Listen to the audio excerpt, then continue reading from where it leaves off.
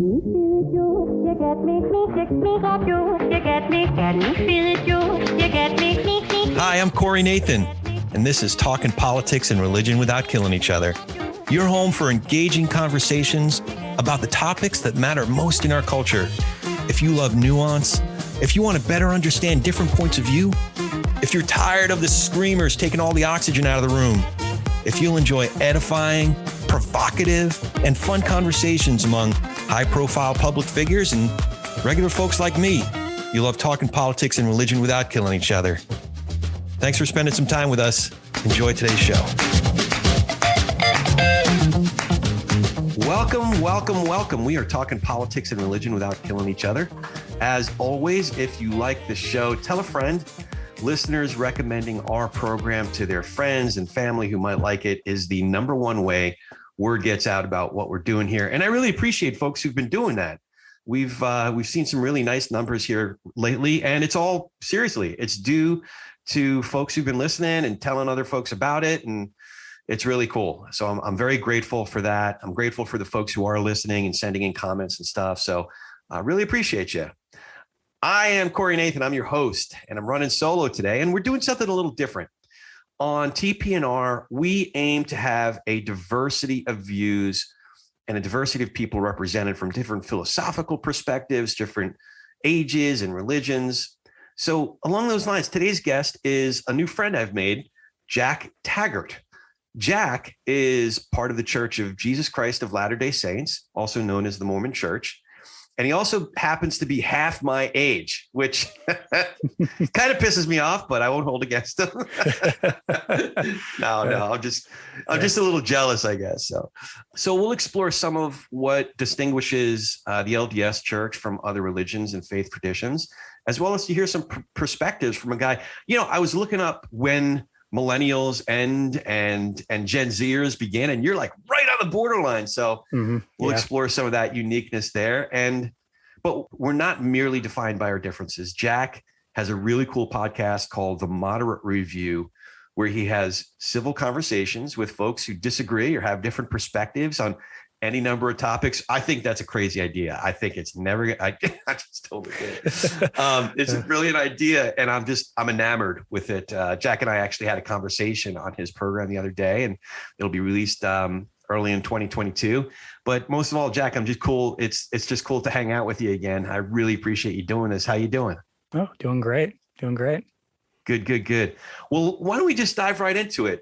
I was curious, and you were kind enough to share with me some reading material. We're on the Mormon Church. Were you raised in the Mormon Church?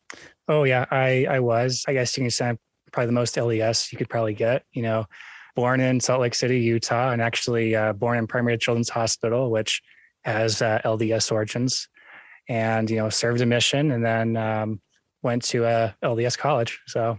Yeah, probably the most LDS you could possibly get. Right on. Well, as a young man, as a young adult, have you come to conclusions that affirm your faith, or have you questioning your faith tradition, or where are you at with all that? So actually, to be honest, I'm kind of, well, where do I begin? So I feel like I have had many experiences that have affirmed my faith, as well as, experiences that kind of made me question. I guess I'll kind of be willing to share this. Actually about a year and a half ago, I just went through a very, very traumatic experience, which kind of made me kind of question kind of really everything, really more of like, is there a God? Well, if there is a God, why did this happen to me?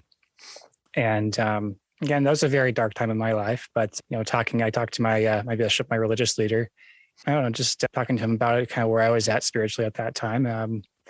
And then circling a little bit about what style that experience helped me to, I guess, confirm my faith is more of like, I kind of focused on what I knew at the time, focused on what I felt, what I've previously felt in the past, and I knew that God loved me, that he sent his son, Jesus Christ, to atone and to die for us.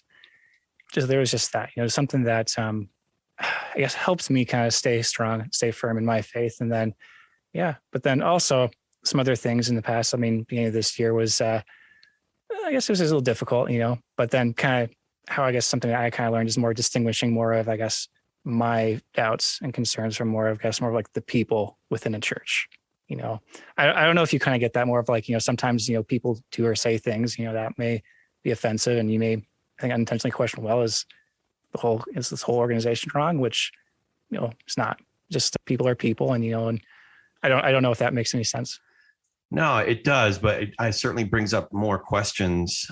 So you mentioned having gone through a dark period last year, within the last couple of years.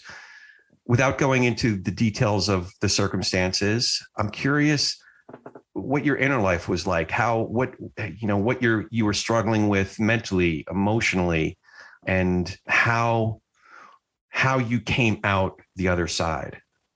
I guess really the best way to describe it is I felt like there was a lot of things out of my control, that really things were being said about me which were not true. Things where people were twisting events and basically kind of portraying me in the not best light, which didn't happen at all, how they were portraying it. And then basically after going through enough, and all the parties basically saying, okay, if we've had enough of it, let's talk this out. And then I ended up talking it out, and didn't necessarily help out, but well, it did help out, but then kind of opened more problems. And I've dealt with most of them, but some of that stuff is kind of still lingering on, even though it's been like, almost a year, actually almost 2 years now. So, okay. So were there folks that you looked up to and sought out for counsel, or folks that you considered mentors that disappointed you, or was there the opposite, people that you didn't realize would be supportive in such a situation that emerged in a pleasantly surprising way? It's really like two people that really quite a few people. So first of all, my brother and his wife, my sister-in-law, they were very helpful as I was kind of telling them how things were happening, how things were playing out. They were definitely like, holy crap, we're so sorry you have to deal with this. And they were very grateful with that. My religious leader at the time as well, he definitely, I guess, played an important role.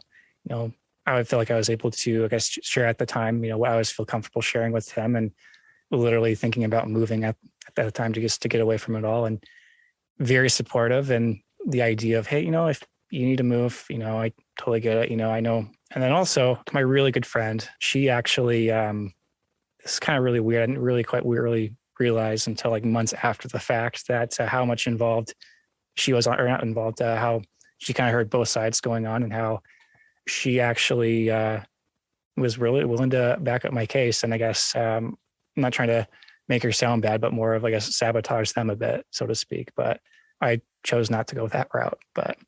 And it didn't get worse. So we didn't go to sabotage at all. So yeah, that's cool how folks in your life, when you're going through the thick of things, some trying times, that there are some folks who emerge that are, real part of your support system, and you didn't even know it. So there's definitely reasons to be grateful. I'd love to dive into you. Like I said in the intro, you were kind enough to share some reading material with me, and great intros. And it opens up I'm curious to dive in some more, do a little bit of a deeper dive. But since we have the benefit of having you here, what are can you describe some of the distinctions of the Church of Latter-day Saints from, just for example, I go to a Presbyterian church. I went to a Baptist church for better part of a decade. I grew up in a synagogue, an Orthodox Jewish synagogue. So what are some of the distinctions of the Mormon Church? The distinctions, I guess, first off the bat, which I'm pretty sure you kind of want to get more to this, but we believe in modern day revelation, or the idea that I can receive personal revelation to help me make my decisions in my life. And likewise, we believe that our church leaders, they are also inspired. It goes from like our local leaders all the way up to the top, the president of our church, who makes decisions based on what he feels inspired, by the Holy Ghost, on how to, I guess, run the church, or even more of, I guess, even the direction of where the church is going. And so, but I'm pretty sure you're kind of wanting to lead into that question more of like, as more of the Book of Mormon and some of the other, I guess, these scriptures that we have, right? Well, I did take note of a couple things that I saw, and we could talk about any one or all of them. One thing that was a little bit more subtle that I was curious about. Your Heavenly Father, this is on the main website, the core beliefs. Your Heavenly Father knew that to learn and grow and become like him, you need to come to earth, receive a physical body, and then it goes on to, but to come to earth, receive a physical body. The wording of that was, you could draw some similarities from, let's say, Hebrew Bible, New Testament. You could draw some similarities, but the specific wording was interesting to me. So I was curious if I dove deeper into that, would I find something unique within the Mormon faith? Okay. So I guess, the idea, obviously what it implies is that we used to live with God in the pre-world. Before we came to earth, we used to live with God. I believe it's Job that talks about, before I knew thee, I formed thee in the body, before I knew thee, I formed thee in thy mother's womb.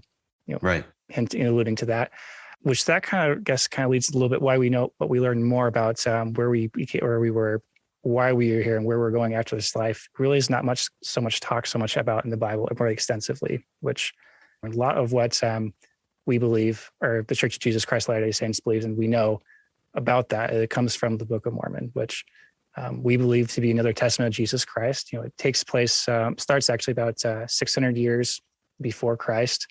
I think about the time of, I think it's Zedekiah, right before Babylon conquers Jerusalem, or was it Assyria?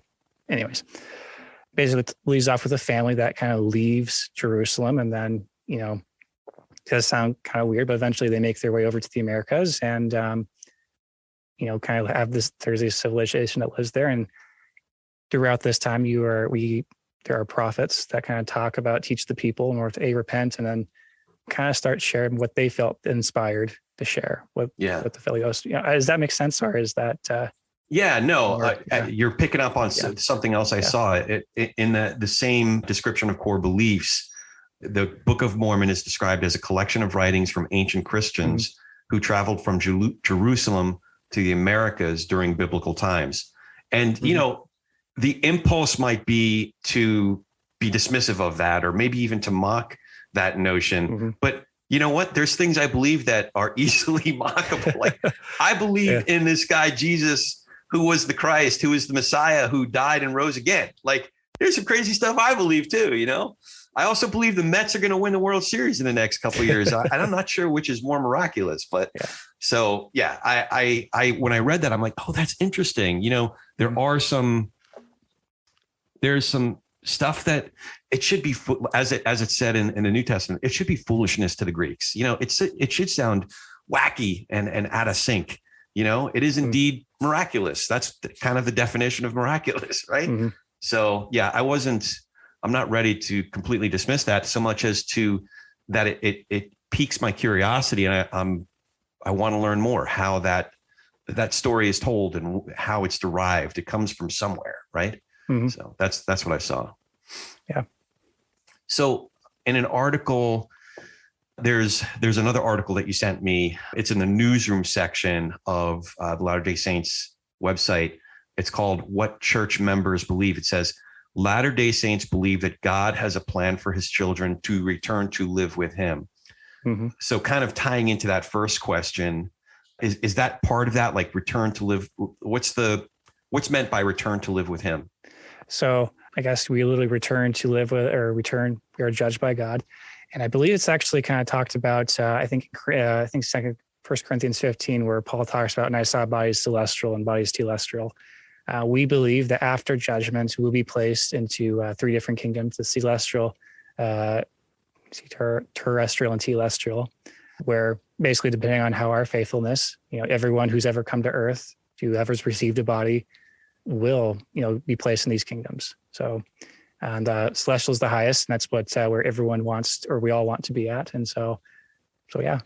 Does that make sense? Yeah, it does. It does. It's interesting because there's a little book of James, which happened to be the first book of the New Testament that I'd read, and he deals with the faith versus works. A lot of times for folks that I go to church with, that book is problematic because James puts an emphasis. He says flat out, your faith without works is dead. and the Jewish tradition, I'm going to completely mess this up. And if my dad hears it, I'm sure he'll want to correct me. So we'll allow for that possibility in comment sections. But basically, there's a Talmudic belief that, there's like in the kingdom to come, the more mitzvot, or the more you obey the 613 laws of the Torah, you get to have a closer seat in the kingdom of heaven, right? Mm-hmm. Closer to God. So like I said, I'm completely messing that up, but so it sounds similar. It sounds closer to beliefs such as those than what a lot of my contemporary American Christian friends believe, or evangelical friends believe, where the whole works thing, you can't earn your way into heaven. You can't earn a better seat in heaven. Like, no, Jesus did all that work for us. So there's a distinction, a subtle distinction there in some of those beliefs and the results, the consequences of, what we do here on earth. And I guess I probably should clarify, I guess we are saved. We believe, and I will say this, I only speak for myself. I'm not speaking on behalf of my entire church, but we are saved by faith. We are saved by faith. That's what Christ did when he died for us. And I guess how I see it, kind of gospel according to Jack Taggart, the placement into our kingdoms is not really on what we've done, but more of who we've become. Have we become more of this, I guess, God-fearing Christian, who's served his fellow man, who was good to his fellow persons, not just in public, but as well as in private, versus, I guess, those person, figuratively, who's just shown up, kind of done the minimum, so to speak, they didn't do anything really bad, and they really, they're not the best person, but the great, I guess, they show up to this earth and got a body, So does that make sense? Or am I clarifying that? Or yeah, absolutely. Where I guess it resonates is, and I'm going to sort of reckon this with what my own beliefs are. I do believe that creation is messed up. Some might call that sin. But I also believe that there's a grand redemption project happening. So with the sin and the redemption, I'm both part of the problem and part of the solution.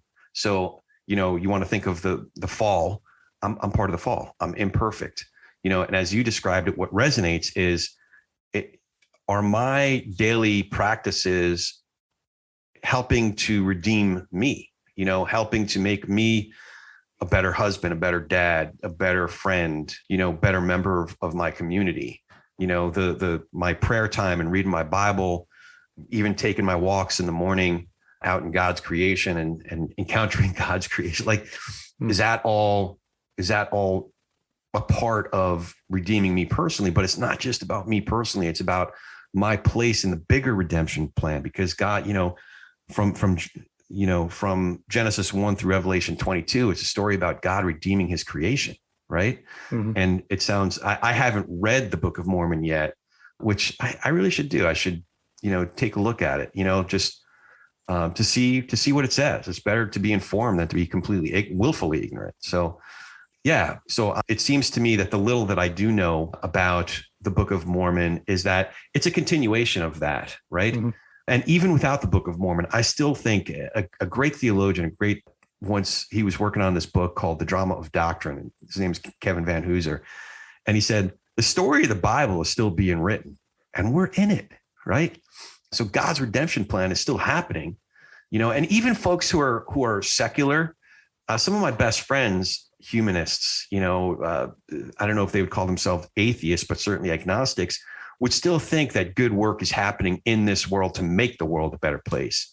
So, or the Jewish version of that, tikkun olam, healing the world, right? Mm-hmm. So there's a lot of different versions of this. So again, going back to the distinctions of LDS or the Mormon Church, and correct me if I have this inaccurate, but this is what I was kind of deriving from one of the pieces that you sent me.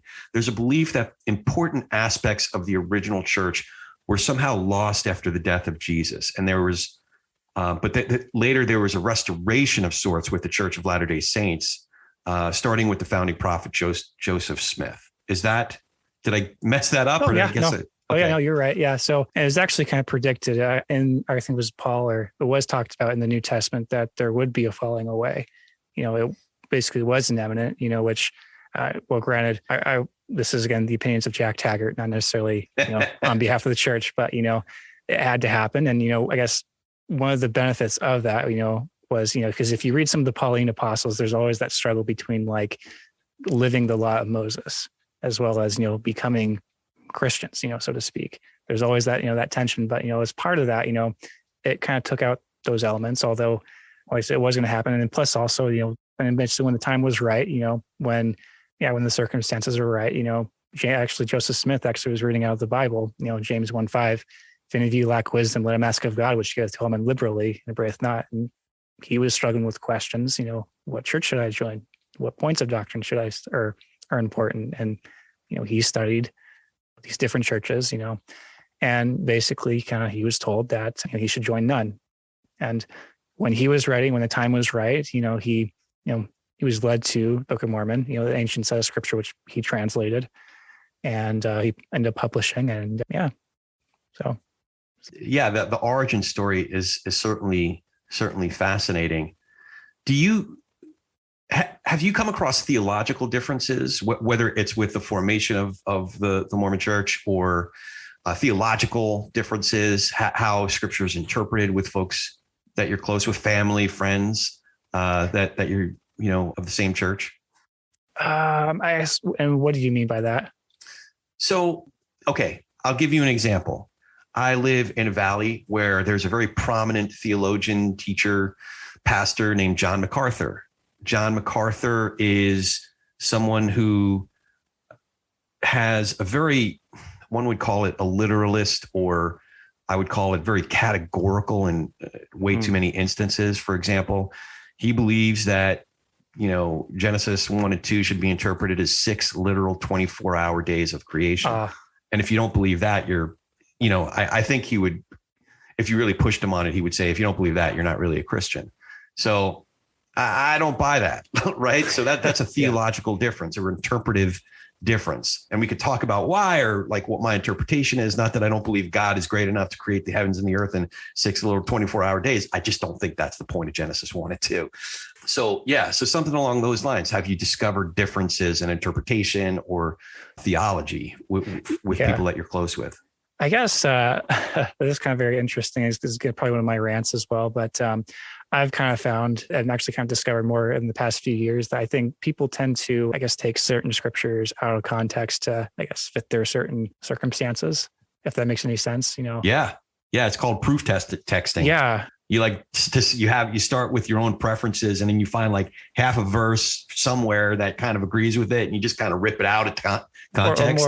Or more just like with really out of context, basically saying, point this one scripture, not understanding what was said before, what question was asked, and what was said before, I've had issues with that where I'm like, that's not quite, or they, as people kind of just totally just take out or just totally omit the other half of the interpretation. Like, I guess there was like 2 parts or 2 answers to an answer, what that was said in the scriptures, that people just forget the other half. So that's kind of my rants on that. But no, it's easy to do that. That's one of my favorite things to say is, let's keep reading. Is that the conclusion that you drew from that verse or that part of that verse? All right, let's keep reading. Let's read the whole chapter. Let's keep reading.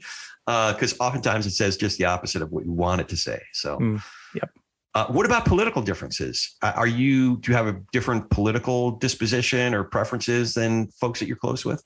Yeah, actually, I will say this, at least in my immediate family, I am probably the most liberalist, and that at least I feel like, which we can probably do that plug later, but I'm willing to listen to people, willing to have different discussions. And I'll just give you this example. 2 main examples, actually. I think right when Breonna Taylor, that whole incident happened, I think that was almost actually over a year ago, just talking to some certain friends on what could have happened, and my perspective was, it was a bad situation. Other people are just saying it's all the police's fault, or it was the boyfriend's fault, where I'm saying, well, I think it was just bad circumstances, if that's answering your question. But another thing, which my brother actually kind of found very surprising, is that I feel like that politically, I think as probably as a moral issue, we should provide universal free healthcare to low-income children. So I feel like, because the children are not in, or they're in circumstances now they're making, and frankly, again, my opinion as well, is that if we're able to help these children, that's like a huge burden lifted from their parents, that they can actually worry about, okay, maybe I can actually buy the food, actually support myself, feed myself, make sure I am healthy so that I can better my children's lives rather than kind of living pay to paycheck and, being stressed out. So, yeah. No, that's interesting. Yeah. A lot of folks are more free market capitalists or libertarians, or just say the government, they'll say something dismissive. Look what the government did with postal service, or the DMV. And I'm like, DMV's kind of like, the postal service is kind of cool. Well, before, I guess that's not a great example, but before I was like, I could put a 30 or 50 cent stamp on this thing and it'll get across the country in like a couple, 3 days. Like that's actually pretty cool. But no, to your point, there are certain things that the government is in a better position to provide than other entities. And we can't necessarily rely on, clearly in certain communities around the country, that something as fundamental as decent healthcare will be provided to the helpless, the kids, to underscore the point that you're making. And I guess I will clarify as well. I'm not like I tend to lean more conservative than liberal. So I will clarify that, if any whoever's listening as well. So. That's okay. Yeah. You weren't, we didn't get shut off by, oh, this guy's a crazy radical, leftist. Although there are some who would say that if you're not like sufficiently a Trump loyalist, then you are clearly a Marxist, socialist, communist, baby eating, whatever. I don't know. Yeah. So I'm curious, you do have a unique perspective to a lot of the folks that we talk on here, because like I said, you are right on that borderline between Millennial and Gen Z. From your point of view as a 25-year-old, what do you think you just described one, but what do you think are some of the most pressing problems in our culture? Ooh, that's actually quite a good one. And this kind of leans more into kind of what I do, but like, I feel like no one can really separate, I guess, their politics from their identity, if that makes sense. More of like, and also with generalizations, when I was on a dating app, they say swipe down if you're a Trump lover, or swipe up if you voted for Biden, which I'm like, you don't even know me, and, just because I voted for somebody, does that make me a bad person? Or, which kind of bothers me, which I, hate generalizations, because it's more like, well, there's people like me where like, well, or actually I literally said, if it came down to Trump or Biden, I'd probably really would have to think about it, It totally makes sense. And there is that tendency often where you think one thing about an individual and then make all kinds of assumptions about the rest of them, their entire character and all of their beliefs, what you think about not even critical race theory in general, because it's a complex issue. As an example, whether if you think that the laws being written to make teaching critical race theory illegal, I've heard folks who are actually very, very conservative, like the actual conservative, say that these are bad laws. These are illiberal laws. These reflect a basic misunderstanding of what critical race theory are. And these same folks, I'm thinking of David French in particular, would still say, I have serious problems with the theory. He's read academic papers on it, and he'd want to be able to debate the theory as he understands it, or at least better understand it. He has what he does understand. He has serious critiques of, but he still thinks the laws being written to ban it are bad laws and un-American and unconstitutional. So you can have all those things. But if you only read the part where he says, that law that they just passed in Tennessee, really bad law, then someone might immediately think, oh, well, he's Biden loving, America hating, wants to take over and, kidnap my children and all the other stuff that whatever. So, yeah, that's interesting. And what are some of the other?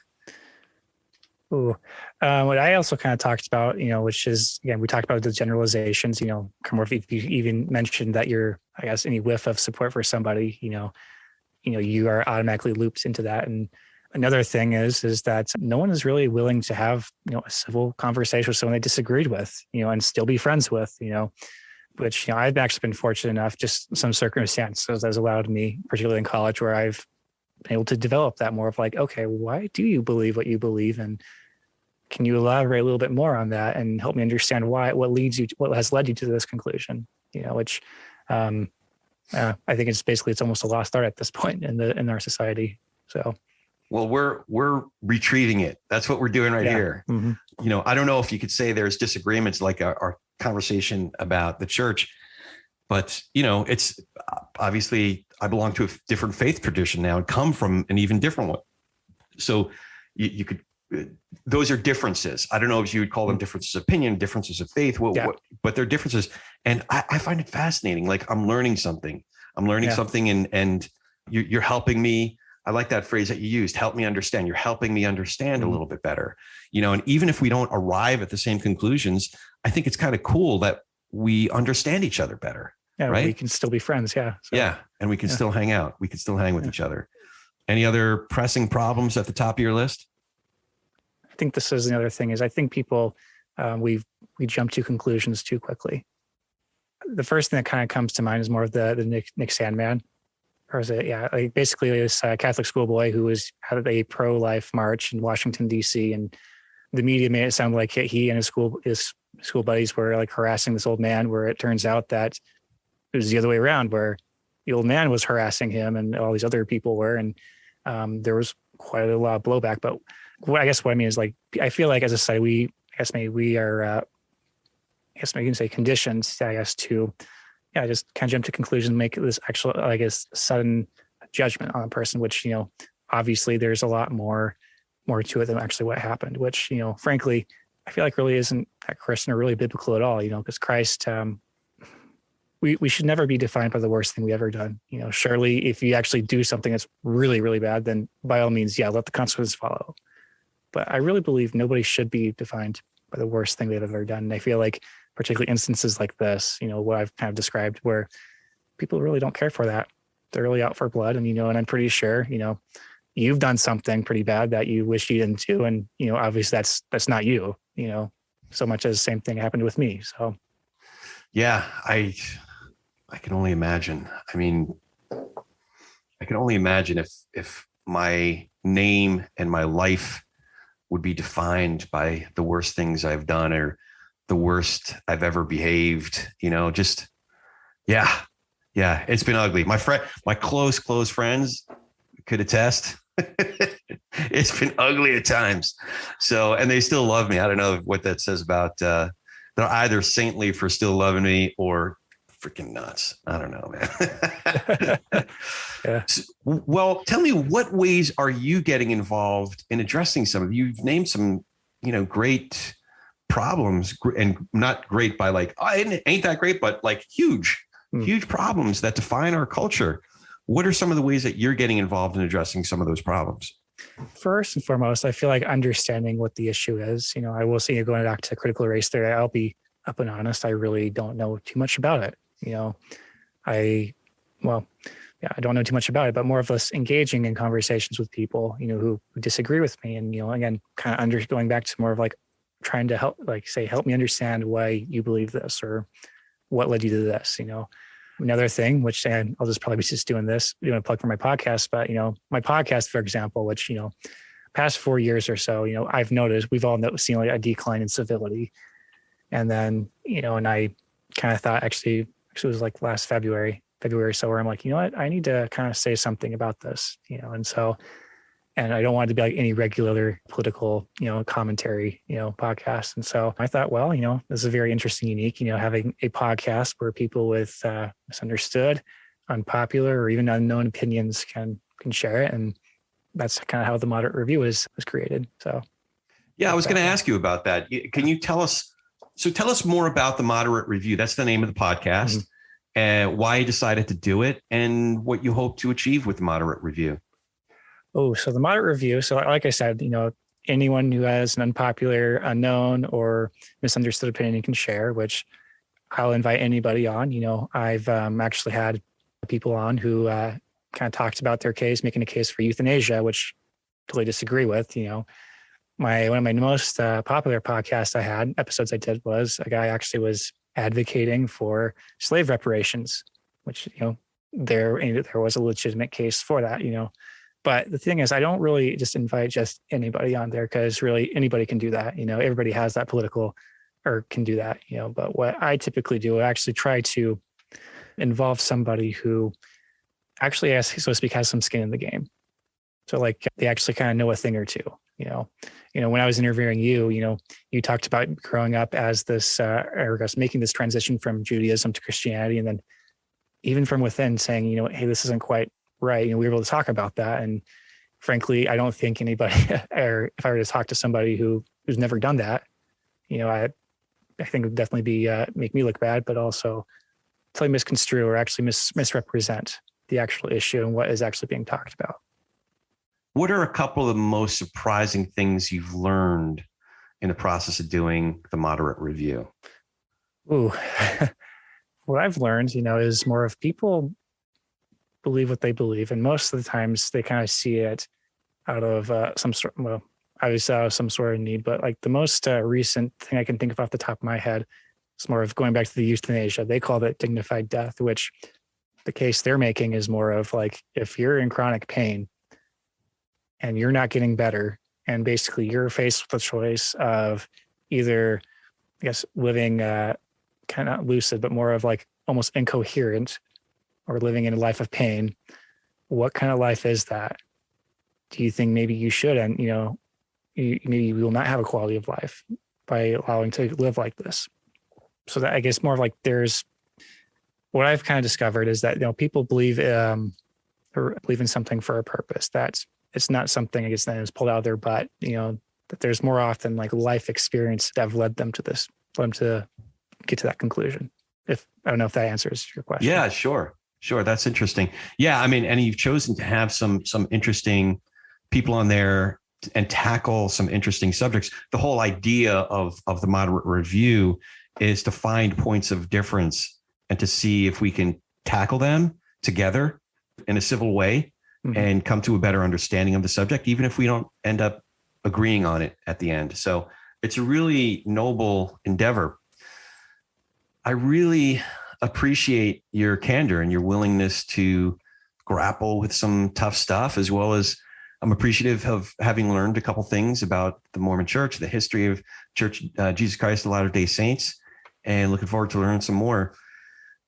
Do you have any questions for me? Oh, I do. So,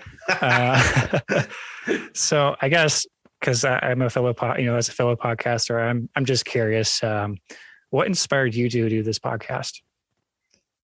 Yeah. So it actually ties into what I think are some of the most pressing issues in our culture. And it's something that I identified not too long after becoming a Christian. And that is, I think a lot of folks have belief systems that are structured around their identification of a supposed enemy, right? Hmm. So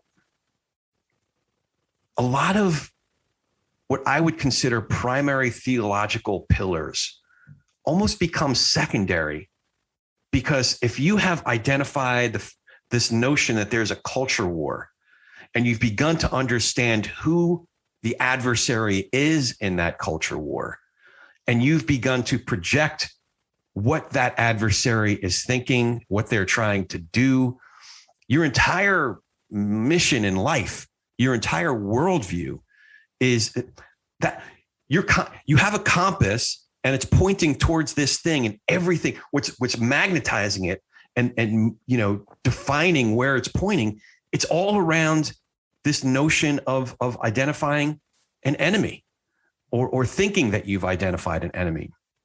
And I just think that's wrong. I think that's an illusion. I think it's a really dangerous illusion that's now come to define a great deal of our culture. And even those who aren't participants, a lot of folks just have tapped out. Like, I just don't want to be involved. Don't talk about politics around me. Don't talk about religion around me. Why? Because a bunch of screamers who are in this, uncivil war, if we want to call it that, have taken all the oxygen out of the room. So it's been an issue. I remember listening to Sarah Palin for the first time. I heard about her, and in theory, what I'd heard about her, the introduction was this, young up and coming maverick of a Republican who's bucked her own party, and with McCain, who I happen to like as a politician, being mostly on the legislative side. I thought it was cool to be balanced out by somebody a little bit younger, somebody who came up through an executive branch in our state. And then she opened her mouth, and I'm like, this person ain't ready for prime time, and not in a Saturday Night Live way, although the stuff that they did on Saturday Night Live was pretty good. But it was all about like her owning the libs, as we understand it nowadays. Everything she said was geared towards saying something mean about, Obama and Biden, saying something mean about the Democrats, the Democrat Party, as she would say, or Democrats in general, people who are left. Like, it's just like, that's all you got to say is something mean about people you perceive as the other side. So long way of saying, I can't solve the whole problem. I can't fix the whole world, but I can be a part of it. I can do one little thing and have one conversation at a time that is more edifying, more enjoyable, more bridge building. That was my motivation for starting this thing, and do it in public. Do it so that if we get 100 people listening, 1,000 people, or 100,000 people listening, it's all good. Like, just one conversation where we are dropping a little bit of flavor into the grander cultural conversation, and hopefully making it just a little bit better for good faith and goodwill and good people. That's what I'm trying to do. And then I guess the other question I do have is how has this podcast shaped your view of other people? Well, one thing that's been really encouraging is that folks that I thought would be inaccessible have made themselves accessible to I don't say this for false, humble stuff. Like, I'm a nobody. In Bill Kristol's world, I'm a nobody. In Julie Mason's world, this great talk show host, she's a longtime great journalist, loves journalism, loves great journalists, celebrates journalism and great journalists. She doesn't know me from Adam. I just happen to listen to her program on XM radio. She made herself accessible to me. Sarah Isger, a brilliant legal mind from the conservative legal movement on the Dispatch. She's one of the staff writers and voices of their podcasts, knows me from no one. Like, I'm a nobody in that world. Anna Palmer was with Politico for a long time, started the Punchbowl News. Nobody in that. These folk, Dan Darling formerly of National Religious Broadcasters. Like, so many different people have made themselves accessible to me. And the conversations that we got coming up, it just amazes me. They got no business talking to the likes of me. Like, I'm a nobody, man. So it's been so encouraging, again, that people of high profiles and some regular folks like me have been willing to have these conversations. Just the fact that folks have made themselves available for an hour and a half, guys like you that are like way cooler than me, like, we got you have so many better things to do, but you know what? Maybe not, because like, we're just two folks from, of different ages and some different beliefs and different families. And yet here we are having a couple of conversations. I just think that's so cool, man. So, I don't know if that directly answers your question, but that's what came to mind. So, yeah, no, you're good. Yeah. And I guess I'm just kind of curious, what is, I guess, your post-production of each episode like? Oh, man. I'm just curious. Yeah.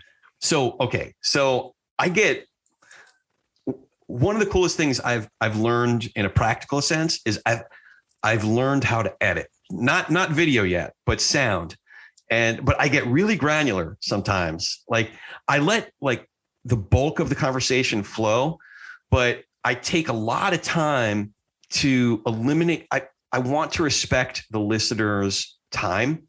So I have a tendency, and my dad definitely has a tendency, to sometimes stutter, sometimes pause way too long, thinking that we're pausing for effect, but it's really just, kind of indulgent, or, way too many ums or ahs or, you knows. So I like to, just like I did. So I like to take those out, not to lose the flow of the conversation, but again, just to respect the folks who have bothered to listen, to respect their time.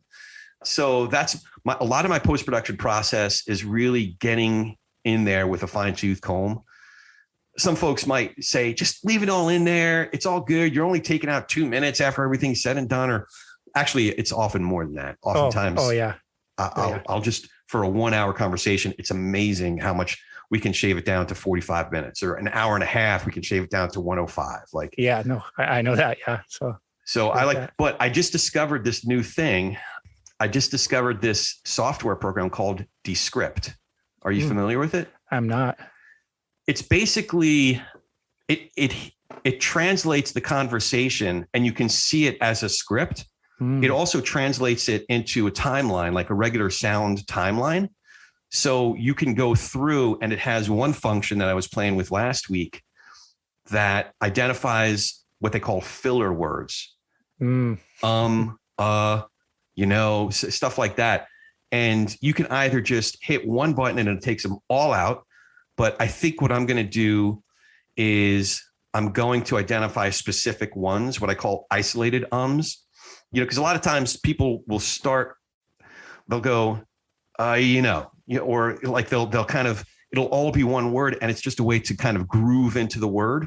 So those are a little bit more organic. But when I go, that's an isolated you can take all that stuff out. So Descript does that for you. It's going to save me literally about 10 hours a week. I spend a lot of time editing, man. It's crazy. So that's my post-production process, and some of the other hard parts for me, writing the intros and the titles. I'm trying to like have a marketing hat so that like, I think all these conversations are fascinating, but like, how do I communicate that to people out in the world? I get that too. Yeah. So that takes some time too. That's usually my Monday mornings are spent figuring out how to do the show notes and make sure that it's only 512 characters total for Apple.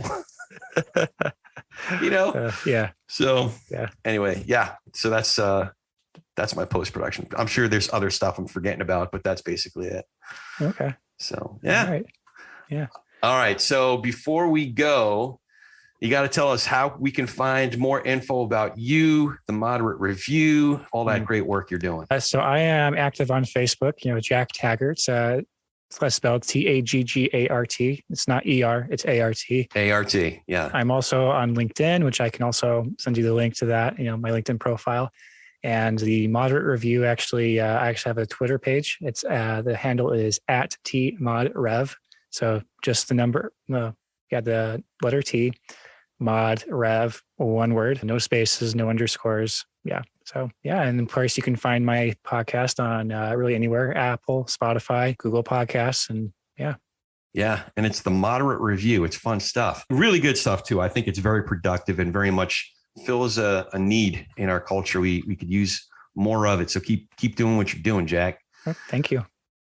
So I really appreciate you coming in, man. I appreciate getting to hang out with you again and getting to know you better.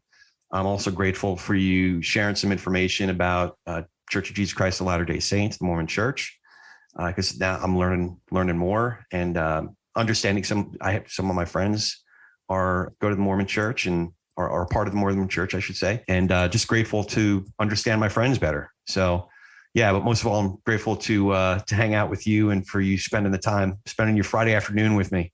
So, thank you for having me. So. Yeah, you bet. And as always, if you like the show, please hit that subscribe button, leave us a review and comments wherever you get your podcasts. Most importantly, tell a friend about us. Now go talk some politics and religion with gentleness and respect, and have a great week. Thank you for joining us today. If you appreciate what you've heard here, please go to iTunes or anywhere you get your podcasts, give us a 5-star rating and leave a review. That really helps move us up the chart so others can find out what we're up to here. For Ronnie Nathan, I'm Corey Nathan, and we've been talking politics and religion without killing each other. We'll be back in a few days to do our little part in Tikkun Olam.